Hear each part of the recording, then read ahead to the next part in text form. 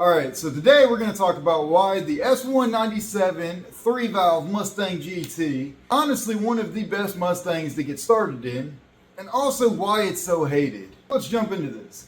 So one of the main reasons why I absolutely love this car is because you can pick these up for a pretty decent price. You can pick them up from anywhere from 5 to 10 grand range or below. You can even get them a little bit less than that depending on their condition. Now there are some people that are asking for more than that because they're hitting the pipe a little bit too much. That makes these a really good entry-level car. You can get a manual V8 muscle car, rear-wheel drive, for less than 10 grand all day long. Now, of course, addressing the one elephant in the room, these cars are very, very underpowered, especially by its bigger brother that came out just a few years later, the 5.0 Coyote engine, 11 and up Mustang GTs. Absolutely phenomenal cars. Honestly, these cars make plenty enough power to get you started, especially from somebody that might not be used to driving a manual, might not be used to a V8, and might not be used to a rear-wheel drive car. This is more than enough power to get you started. Now, yes, you can always bump the power, you can throw boost at it, you can do full bolt-ons, but the price for building a car like that, trying to get top horsepower, you might as well just buy a Coyote, is usually most people's argument. I personally feel like these 3 valves are absolutely phenomenal engines to get started. Yes, they can't handle real high horsepower if you throw a lot of boost at it. You'll really need to build the engine.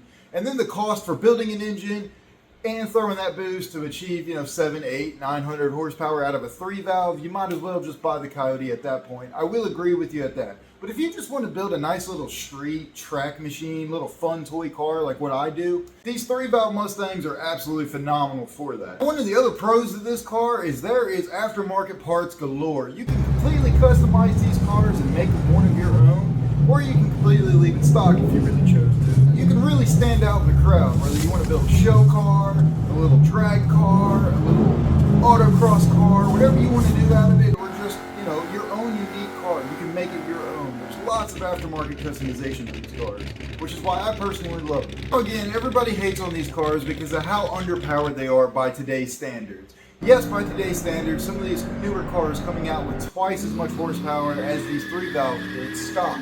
So yes, it's a little embarrassing by today's standards. But if you're somebody that doesn't absolutely have to be the fastest guy out there, I know I'm not in my 3-valve. I don't have to be the fastest guy out there. I don't have anything to prove. I just like to have fun and have a good time and enjoy the car that I'm driving.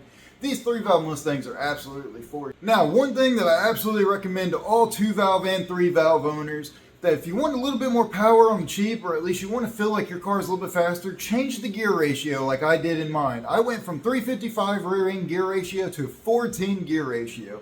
Now that might not have been the perfect gear ratio for myself, but however, that did definitely wake the car up and make it feel like it was a lot faster of a car. I can't remember the exact price of them. I want to say I got the 410 gears for like 300 bucks on Ford Racing. And then I paid another mechanic here local, it was like another 300 bucks to install or something like that. I can't remember the exact pricing of it. But anyways, it definitely woke the car up, made it feel like an absolute beast, even though it still only had like 350 horsepower. So you definitely have lots of options that you can do to help make this car wake it up a little bit more, make you feel like you have a little bit more power, a little bit faster. These cars are great entry-level cars for whatever you want to do. Again, this is a great car to be an entry-level drag car if you want to get into drag racing, because it's not too powerful to where you really have to worry about spinning out or crashing it or anything like that. You can really learn the fundamentals of driving and how to launch a car and all that good stuff.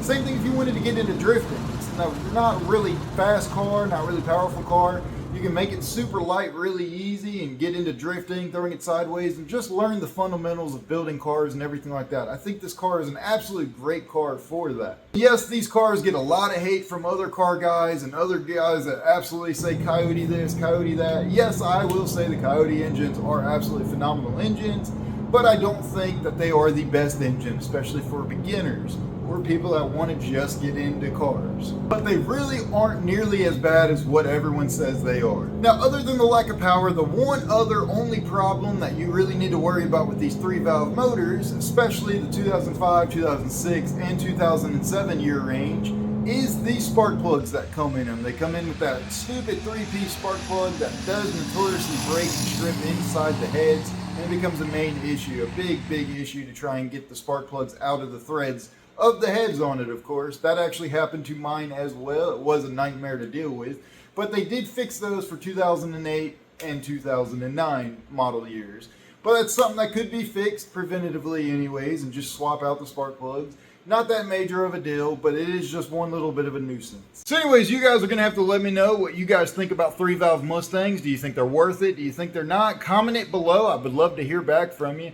And if you guys enjoyed this video, please smash that like button and consider subscribing if you haven't already. I'm trying to get to 10,000 subscribers on here. I'm also trying to help me buy my dream car as well. So please hit that like button, consider subscribing, and I will see you guys in the next video.